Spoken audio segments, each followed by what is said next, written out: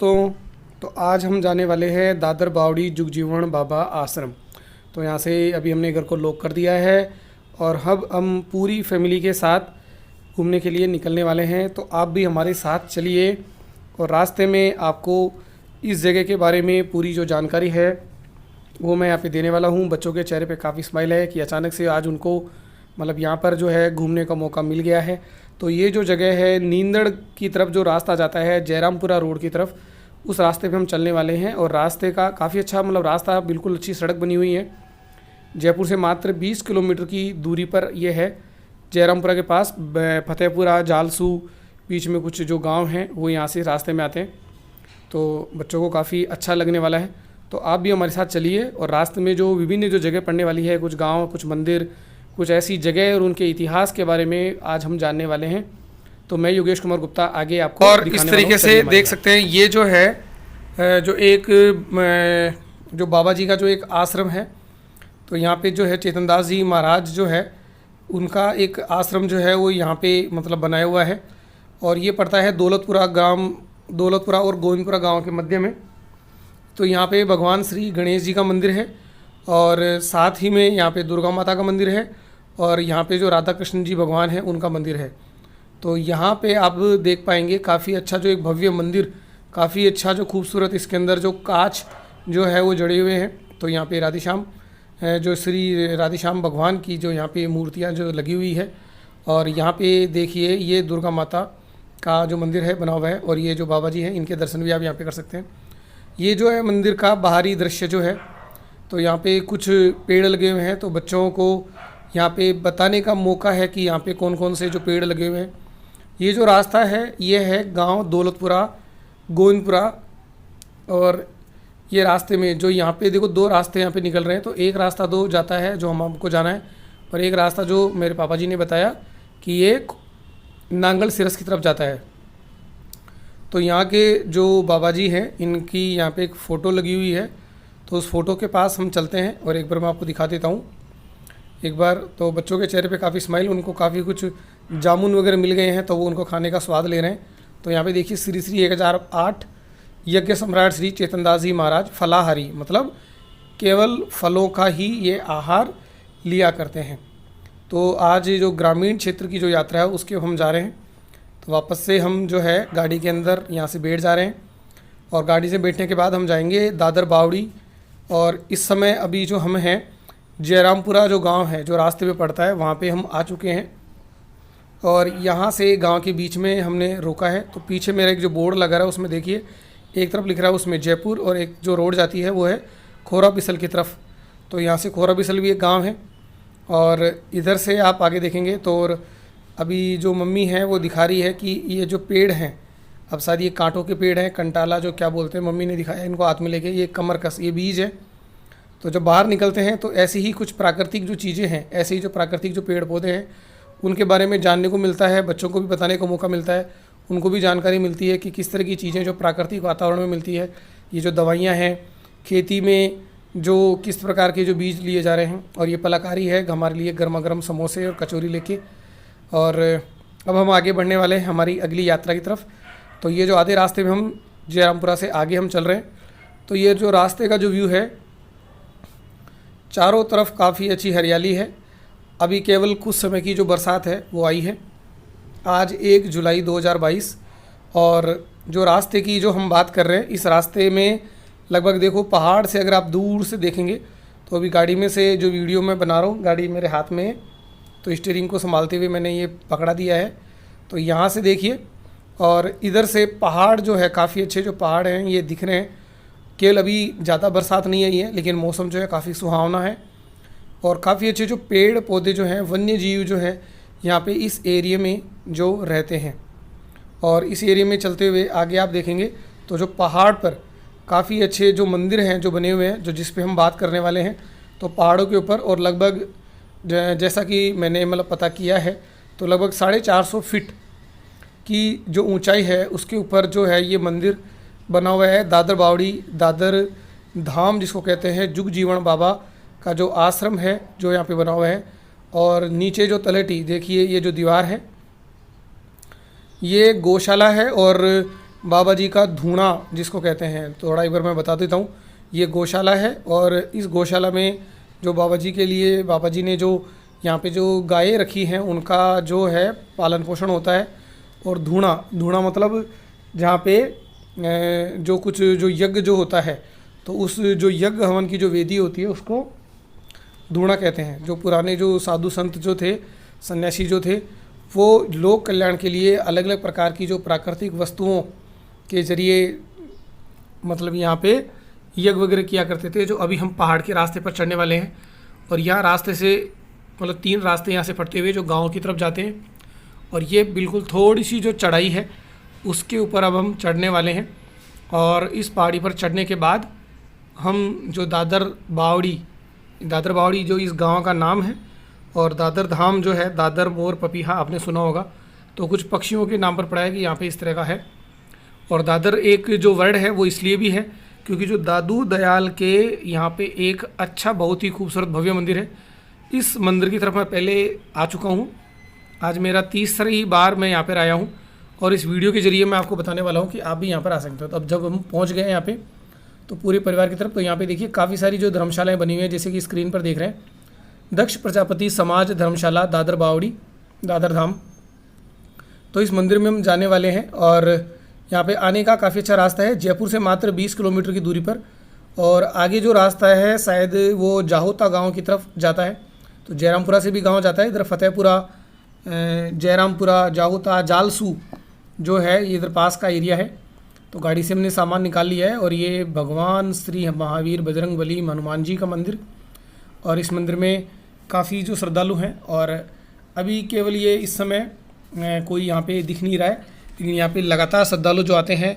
और सावन के जो महीना है, जो जल्दी ही श्रावण महीना जो आने वाला है, उसमें लगातार यहाँ पे सहस्त्रघट जो हैं वो यहाँ पे होते रहते हैं। तो यहाँ पे जो शिव दरबार है, गणेश जी, कार्तिकेय, पार्वती माता और नंदी जी की मूर्तियाँ हैं, और ये सामने भगवान जी का मंदिर। और इसी मंदिर के जस्ट बाहर तो बच्चों को खेलने के लिए कुछ, पेड़ पर चढ़ने के लिए कुछ एडवेंचर जो चीज़ें हैं वो मिल गई हैं, धर्मशालाएँ अभी बनी हुई हैं।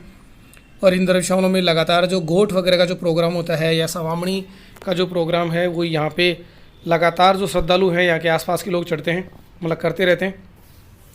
और पलक जो है यहाँ पे मतलब इस पेड़ पर चढ़ने की कोशिश कर रही है। मम्मी ने पलक को बताया कि ये जो नीम की निमोली है ये खाने में बहुत अच्छी लगती है। मीठी निमोली के खाने के चक्कर में पलक ने यहाँ पे मतलब ये चढ़ गई है पेड़ के ऊपर। तो ये भी एक एडवेंचर है बच्चों को घुमाने का, दिखाने का, बजाय कि इसकी कि अगर आप मतलब सिनेमा हॉल जो होते हैं या वाटर पार्क होते हैं या इस तरह की जो चीज़ें हैं, तो शॉपिंग मॉल में जाने की बजाय कुछ प्राकृतिक वातावरण में घूमने के जो फ़ायदे हैं वो शायद इन्हीं वजह से दिख सकते हैं। तो यहाँ पे देखिए स्क्रीन पर एक और जो धर्मशाला जो यहाँ पे मतलब जो बनी हुई है, और इस धर्मशाला में तो इस तरह की जो जगह होती है धर्मशाला में जो है, काफ़ी लोग जो हैं जब निवास करते हैं यहाँ पे, जब पदयात्राएँ होती हैं तो यहाँ के जो लोग होते हैं उनको यात्राओं करने के लिए ये होता है। और जब हम पहाड़ पे चढ़ रहे हैं तो यहाँ से देखिए काफ़ी लगभग हम 400-500 मीटर की ऊंचाई पर हम यहाँ पर अभी हैं। और यहाँ पे बावड़ी मतलब पहले जो यहाँ पे जब पानी का जो संग्रह नहीं होता था तो बावड़ी जो यहाँ पे बनाई हुई है, गडेरिया आप देख सकते हैं जो अपनी भेड़ बकरियों को चराने के लिए ऊपर आ जाते हैं। और ये देखिए यहाँ पे ये एक बावड़ी बनी हुई है, हालांकि अभी बावड़ी में कोई किस तरह का अभी पानी नहीं है, लेकिन पुराने ज़माने के जो लोग थे इसी बावड़ी से ही अपना जो पानी का जो जीवन यापन है वो यहाँ के जो ग्रामीण निवासी हैं वो किया करते थे। तो उसी बावड़ी के नाम पर इस जगह का नाम जो है दादर बावड़ी पड़ा है। चारों तरफ बहुत ही अच्छी हरियाली है और अलग अलग तरीके के जो वृक्ष हैं वो आपको नज़र आ रहे हैं। खेती भी यहाँ पर होती है पहाड़ों के बीच में, बच्चों को फ़ोटो खींचने में मज़ा आ रहा है। और नीचे जो सड़क आपको दिख रही है, जिस रास्ते से हम अभी यहाँ पे ऊपर तक पहुँचे हैं, तो बच्चे काफ़ी इन्जॉय कर रहे हैं, एडवेंचरस चीज़ें हैं यहाँ। हालांकि यहाँ तक गाड़ी से आ सकते थे हम, लेकिन फिर भी हमने पैदल आने का निर्णय लिया कि पैदल चलेंगे, थोड़ा सा शरीर को भी एनर्जी मिलेगी, पता लगेगा कि शरीर में कितना हम पावरफुल तरीके से यहाँ की जगह को हम देख पा रहे हैं।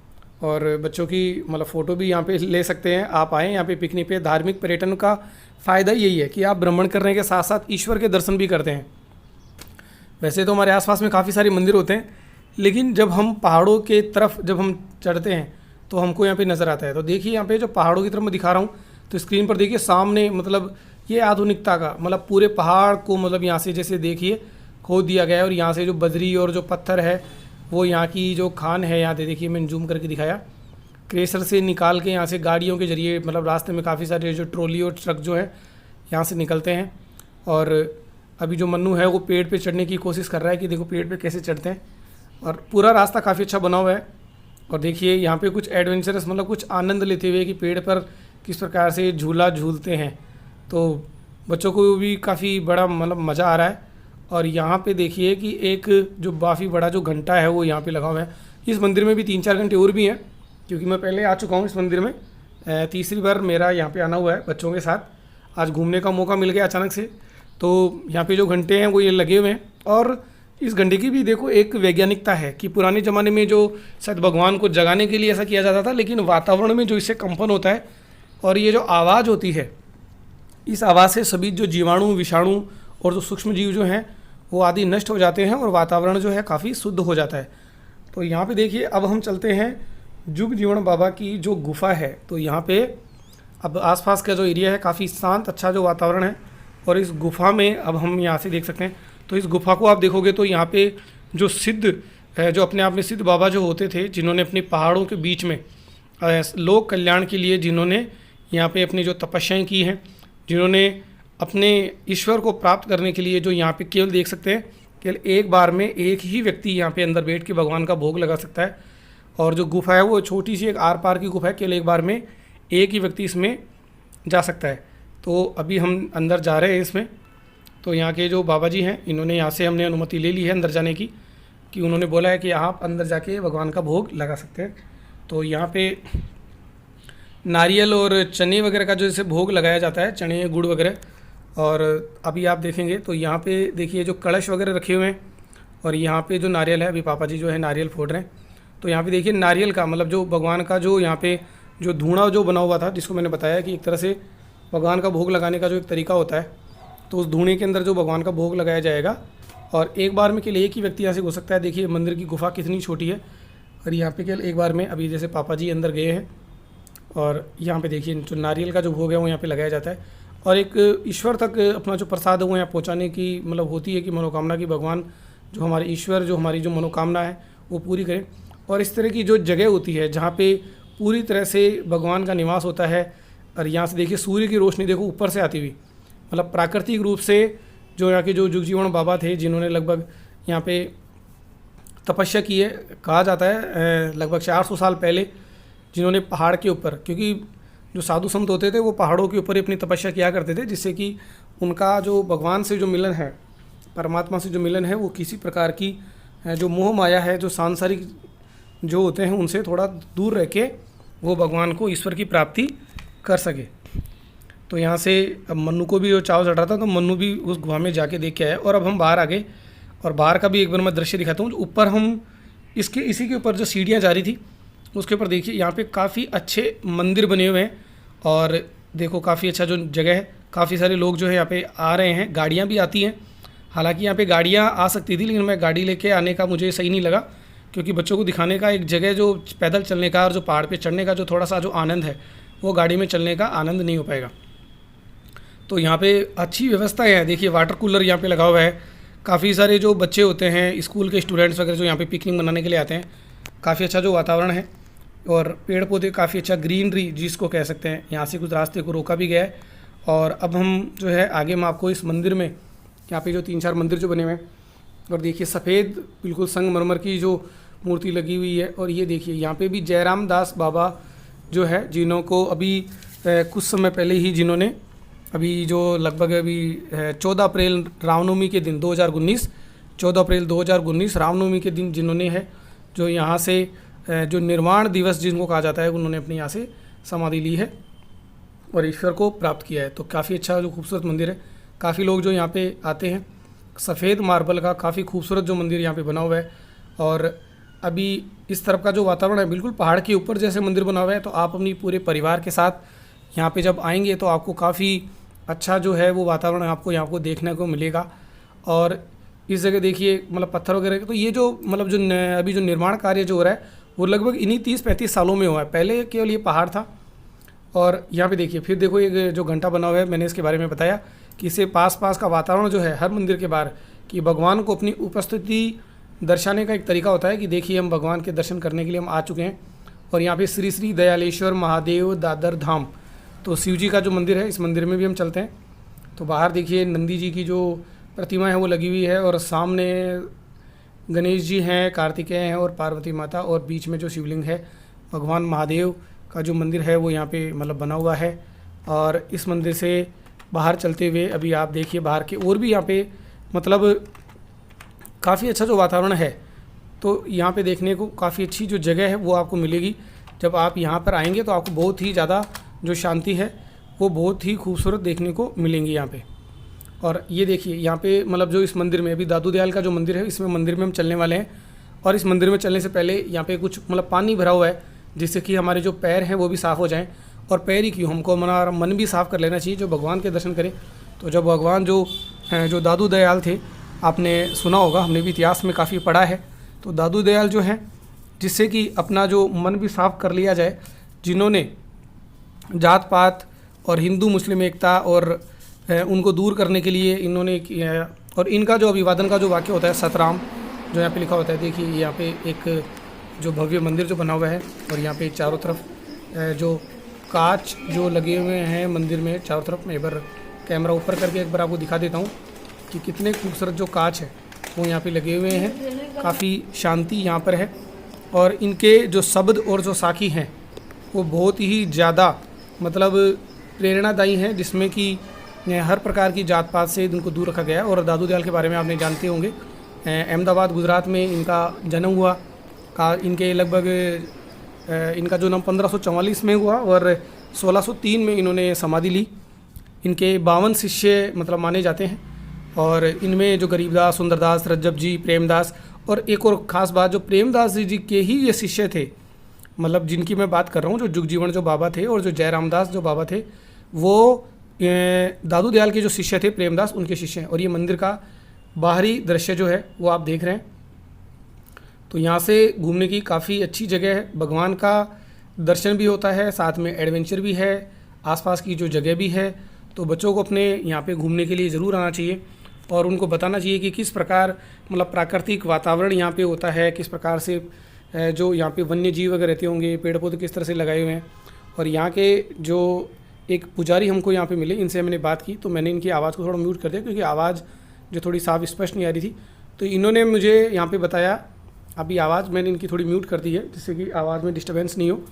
तो इन्होंने बताया कि यहाँ पे जब जो श्रद्धालु जो अपनी मुरादें लेके जब ऊपर मतलब आया करते थे पहाड़ पे, अब तो काफ़ी अच्छा रास्ता बना हुआ है, पहले तो पहाड़ के रास्ते से आया करते थे।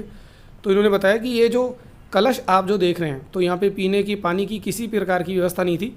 तो इन्होंने जो यहाँ के जो बाबा थे जुगजीवन बाबा, तो उन्होंने कहा कि जब भी आप ऊपर आएँ तो एक अगर आपकी मुरादें अगर पूरी होती है तो यहाँ पे आप कलश रखिए। तो ज़्यादातर लोगों की जो श्रद्धालु जो है, इनकी जो मुरादें जब यहाँ पे पूरी होती हैं तो ये कलश लेके आते हैं, मिट्टी के कलश यहाँ पे लेके आते हैं पानी भर के, और यहाँ पे मुरादें पूरी होने के बाद चढ़ाते हैं। और साथ ही साथ कि जैसे यहाँ पे अभी बंदर वगैरह भी रहते हैं, काफ़ी वन्य जीव भी रहते हैं, तो उनके लिए गिलहरी है, तो काफ़ी सारे जो जानवर हैं, छोटे जो जीव हैं, उनके लिए चना और जो है वो यहाँ लाने के लिए कहा जाता है। भी चने आप लेके आइए, गुड़ लेके आइए, और कबूतरों के लिए दाने लेके आइए। देखिए नीचे काफ़ी अच्छा जो, अब देखिए दूर से मैं एक बार दिखाता हूँ, ये जो नीचे जो दिख रहा है ये गौशाला है, और गौशाला भी है, और काफ़ी जो धूणा जो बाबा जयरामदास जी का जो धूणा था वो यहाँ पे नीचे की तरफ बना हुआ है। ऊपर की तरफ इन्होंने जो जुगजीवन जो बाबा थे, इन्होंने यहाँ पे इसमें तपस्या की थी। बाकी नीचे की तरफ तो देख सकते हैं ये एक स्टेडियम की तरह मतलब खेलने का एक मैदान भी बना हुआ है, जहाँ पे धूणा बना हुआ है, और काफ़ी जो मतलब जो साधु संत है उनका रहने का निवास स्थान है। तो ये पहाड़ों के ऊपर बना हुआ है कलश, आप यहाँ पे देख रहे हैं। ग्रीनरी जो हरियाली है वो चारों तरफ यहाँ पे मतलब बना हुआ है। और पहाड़ों पर घूमने से देखिए एक फ़ायदा होता है, अपने शरीर का भी रहता है, हम वहाँ की जो संस्कृति है उसके बारे में हम जानने लगते हैं कि किस प्रकार से वहाँ के लोग जो निवास करते हैं, ग्रामीण जो लोग हैं उनके बारे में हम जानने लगते हैं। और इस तरह से जानते हुए अब ये देखिए, और काफ़ी लोग आते हैं, ऐसी जो जगह है जहाँ पे आप काफ़ी दूर मतलब जब आप इस जगह पे आते हैं तो आपको काफ़ी आनंद मतलब यहाँ पे जो है। कार्ट व्हील कर रहा था ना अभी हमने जो भोजन है। हाँ तो पलक, आज जो हम यहाँ पे प्रसाद लेने के लिए आए हैं, जो है। इसमें आज क्या है प्रसाद में? प्रसादी में आज यहाँ पे कचौरी है, मन्नू के लिए स्पेशल समोसा लिया था, कढ़ी है, मीठी चटनी है और आलू का भुर्ता, भिंडी की सब्जी और हलवा और पराठा, हलवा, छाछ भी है मस्त खट्टी खट्टी और अचार भी लाई है माँ। इतना सारा सामान है फिर भी अचार की सब्जी नहीं है। तो भोजन करेंगे तो आपकी जो भूख है वो अपने आप ही बढ़ जाती है।